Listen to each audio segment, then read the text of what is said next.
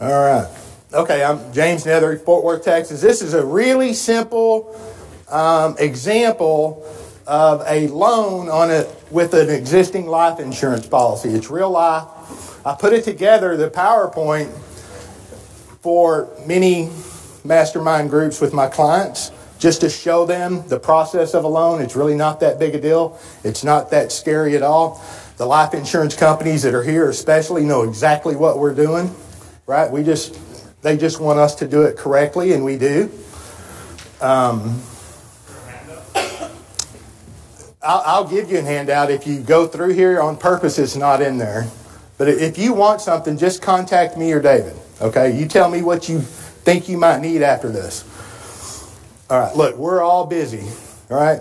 You're busy. I'm busy. Your clients are busy. We're all busy. But every one of us are banking. We're all banking.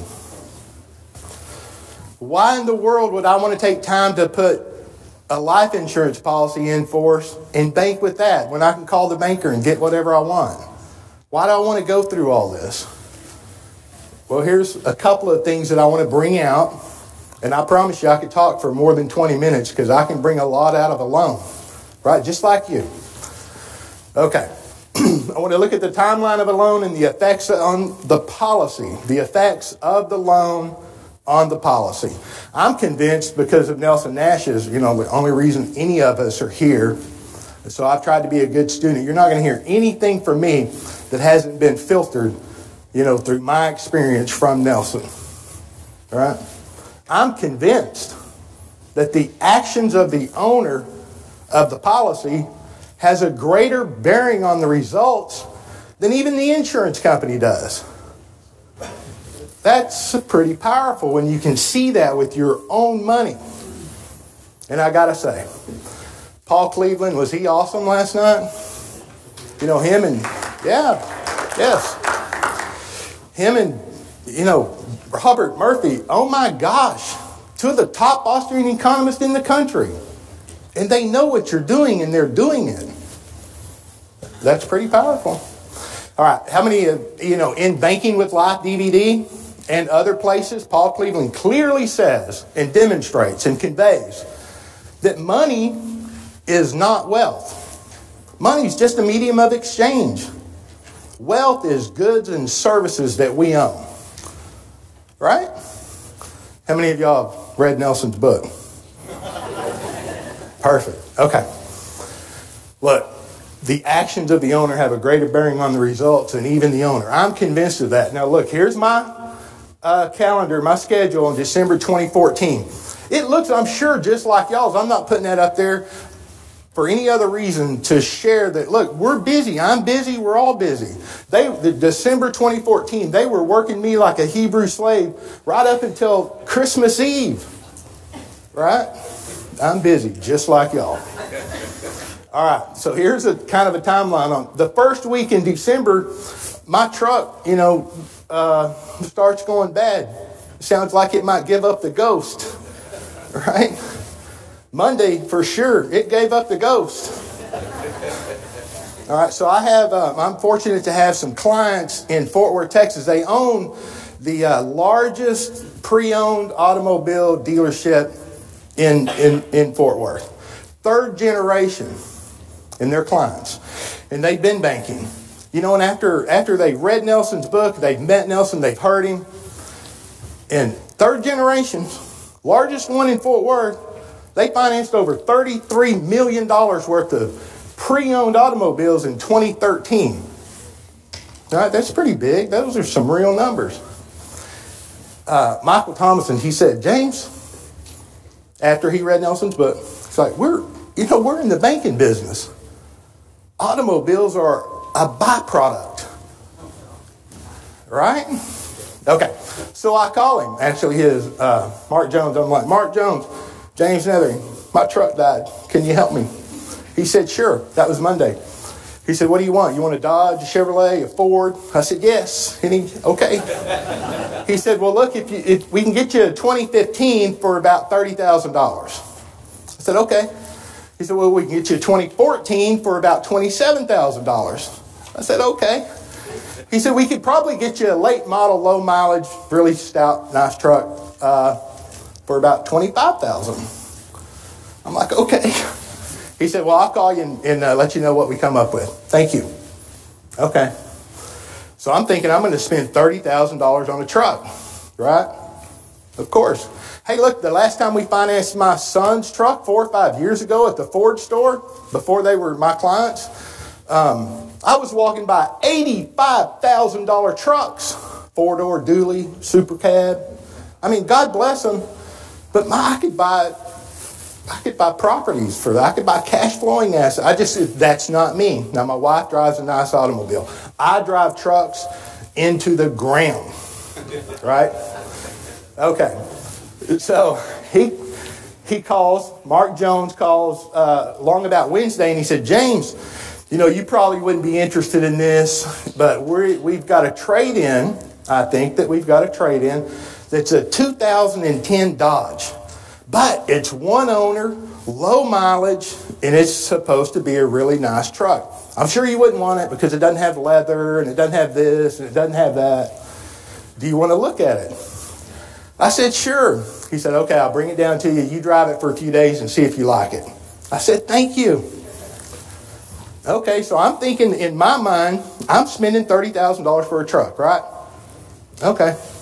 So I wire transferred $30,000 on Friday from my brick and mortar bank to an existing policy at Lafayette Life Insurance Company. Okay? So now you know my thinking. My truck's dead, I got to buy a truck. Now I know I'm driving a 2010. I think I picked it up that day, or they brought it to me. I started driving it that day that I wire transferred money to an existing life insurance policy. Okay? Now, don't let these big numbers scare you. All right? Here is a policy.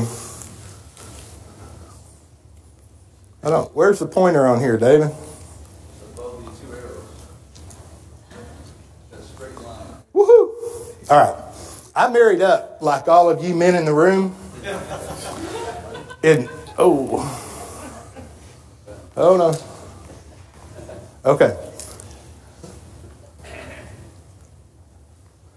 So my wife, 39 at the time, this policy was written in 2010. This is an actual illustration that's projecting into the future from 2010. She was 39 years of age, preferred, beautiful, young, healthy, the opposite of me, right?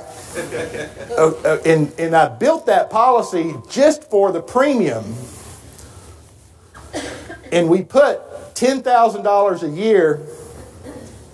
Okay, right there, $10,000 in year one. Now here we are at the end of the 4th year, and so I've got $13,000 cash value in that life insurance policy. That won't pay for a $30,000 truck, right? Okay. And it's on the non-guaranteed side. You got the dividend scale over there. You tell me what happened to interest rates since 2010 or between 2010 and 2014. They went up, right? Right. The dividend scale went up too, right? No, it didn't. Of course it didn't. Interest rates went down. Dividend scales came down or whatever they did. All right, now this company's projecting 4 years out into the future. This is exactly what we did. Put $10,000 in the first year and then $2,000, $2,000, $2,000. I changed between annual premium and quarterly premium, I'm sure. Like David, he runs that spreadsheet. I can't even run a spreadsheet. Right? He said, I don't let the interest roll over. David yesterday said, I don't know if I'm an honest banker or not. This is the way I do it. I don't let the interest compound, right? Well, how many of y'all seen that he bought 2 policies in 2015? Did y'all see that on that spreadsheet? Okay, if he's repaying his loans and he's putting money into a PUA, whether it's on those existing policies or not, isn't he practicing honest banker? And because he's a banker, can he do it any way he wants to? Of course, that's the way he does it. This is what I did with one policy. Okay. I just want you to see that 13.8. Oh, looky here. My office highlighted it for me. You talk about teamwork. Oh, my gosh. Whew. Okay. They said I'd have 13.8 and $352,000. Here's an annual report of 2014, right? I don't know if this gets big or not. Woohoo! Look, they were wrong. I had $13,867 in the policy. That's more than what they illustrated 4 years earlier, and interest rates have been going down. And look, they're pretty accurate on the death benefit, $352,000 in death benefit. And you know what? I don't care. I don't care. But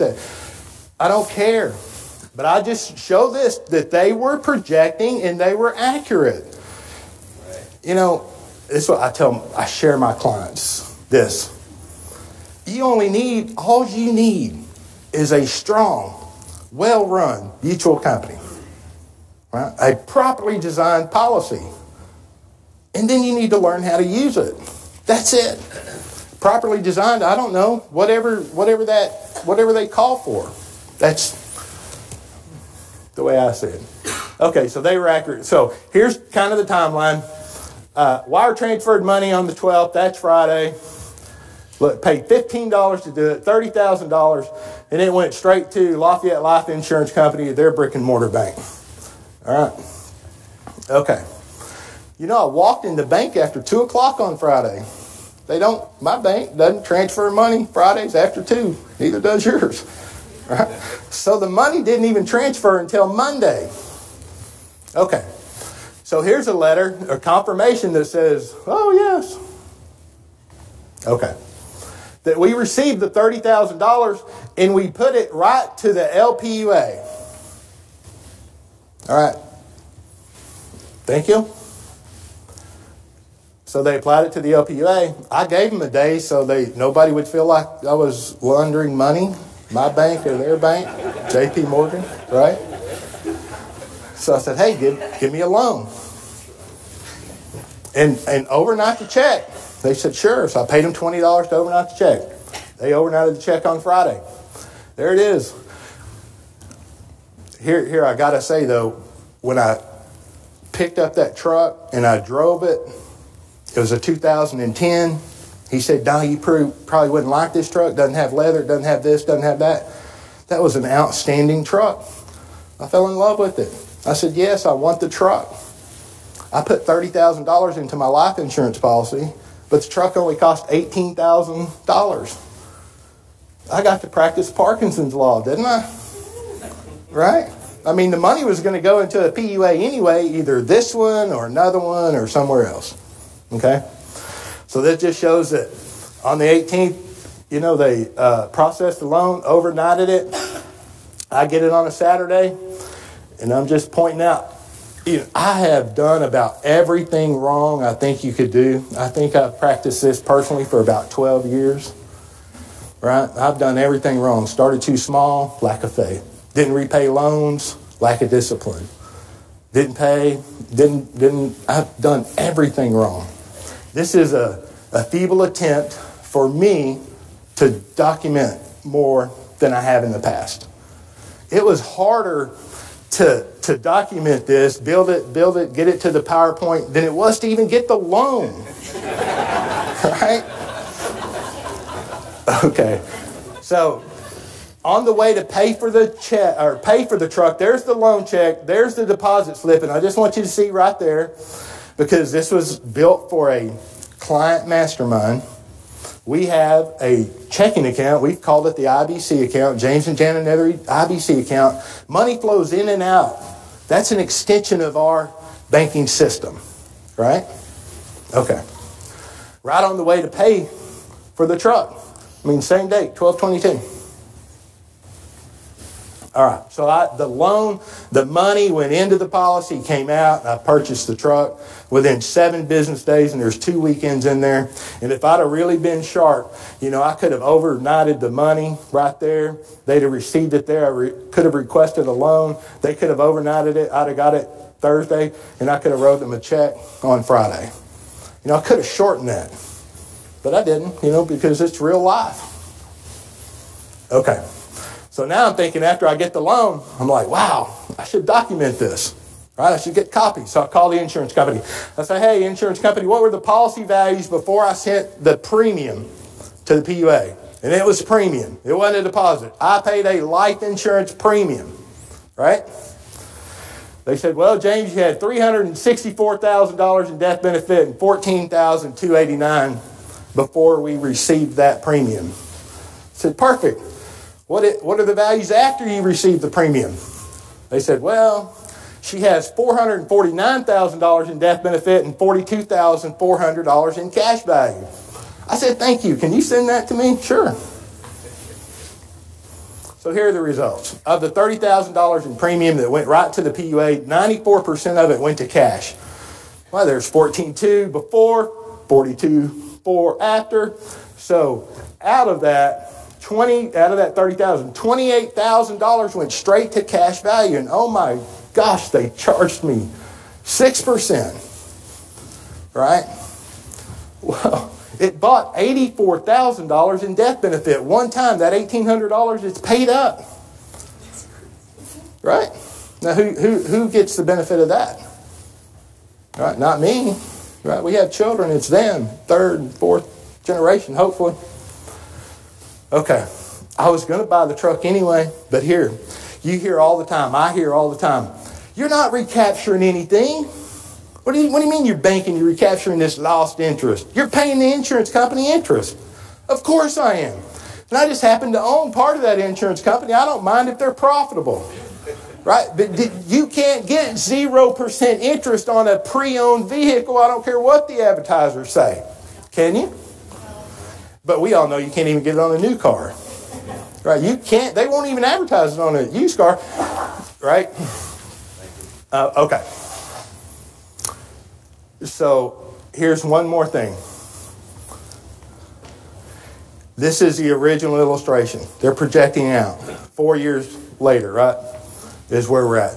They projected a $575 dividend, right? They said, look, if I do this, they guarantee this, and if everything goes like they expect or like they're currently experiencing, they'll do this, right? Okay, interest rates were going up, right? Dividend scales were going up, right? Maybe this company just loves me, right? Right? Maybe they say, all right, James, you're a Lafayette guy. You're probably going to talk to a lot of other people. We want to make sure we treat your policies different than everybody else's. No. All right. So the fifth year projected dividend, look, they actually paid me a $690 dividend. Why did they do that? They like you. Right. I like them too, a lot. I like them all. If you're a well-run mutual company, I love you. Okay? All right, so I'm not capturing any interest, right? I'm not doing, I'm playing games with numbers on a page. I paid cash for the truck. Why did I put it through a life insurance policy? Right? You know that dividend went up in that 1 year? You know that dividend, because I did that, it's going to go up every year into the future? Every year. Right? I created an exponential curve 4 years ago with this life insurance policy. Right? I'm like 4 years later, I'm still taking advantage of it. Right? We all only have one exponential curve in our lives.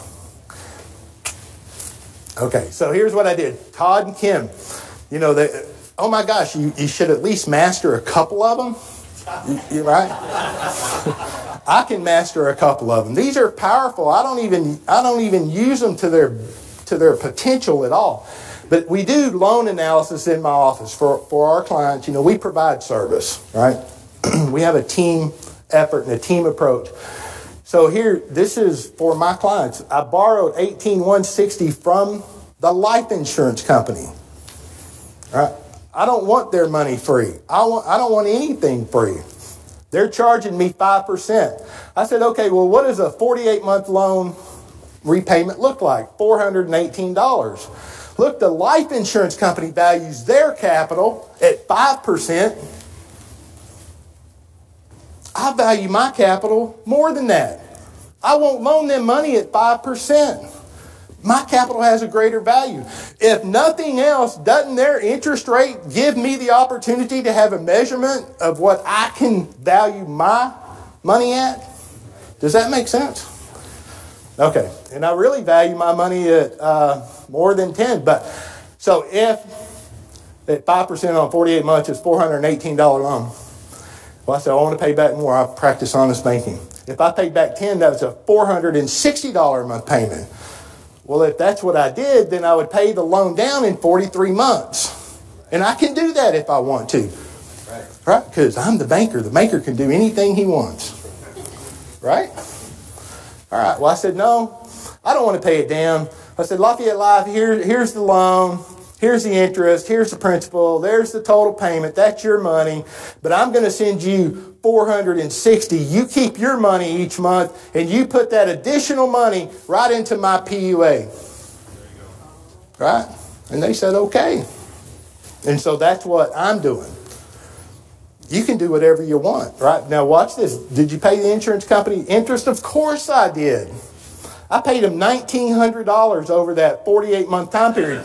And another thing, the last automobile we financed, we were charging ourselves $425 or $440 a month. I figured with inflation, that payment ought to go up. You know, it worked out quite well to be at 10% and $460 for us and what we were doing. Okay, so I paid them $1,900, but I also put an additional $2,000. There will be an additional $2,000 into that policy's PUA. That's going to buy my beautiful wife another $80,000 in death benefit. Right? I can get mad and pay it off. I can get mad and stretch it out. I can do whatever it is I want to do. Okay. And I have the truck. Right? Is that it? Can I have 2 more minutes? Listen, Nelson sent me an email earlier in the year. How many of y'all have heard of Tulsa, Oklahoma, 1921 riots? The race riots of 1921. Y'all should go research that. I'm from the South. I heard all about that, learned all about it. I never heard about it from the economic side. All right, just briefly. They were called the Black Wall Street. They were very successful, over 65 blocks of very successful community. They didn't shop outside of their community. You know, a blight on our history. They shopped within their community. Their money turned over 30 to 70 times before it left the community. Okay? I've captured that $30,000 and I own it. I have captured that $460 a month and I own it forever.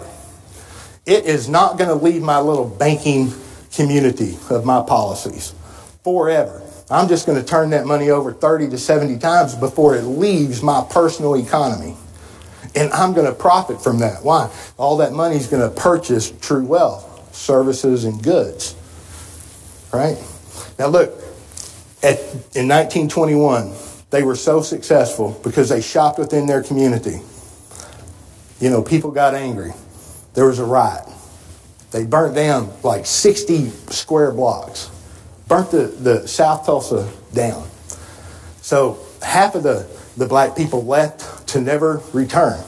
The other half or so stayed. There were 600 or 700 that died. They stayed and rebuilt. But then along comes integration. Right?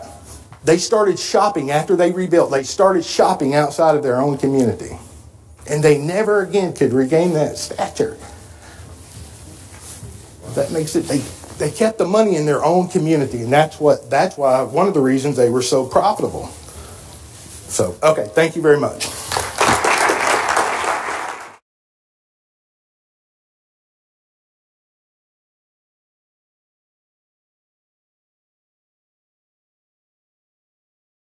Thanks for watching. If you enjoyed the video, leave a like. And if you think it was helpful, share it with a friend.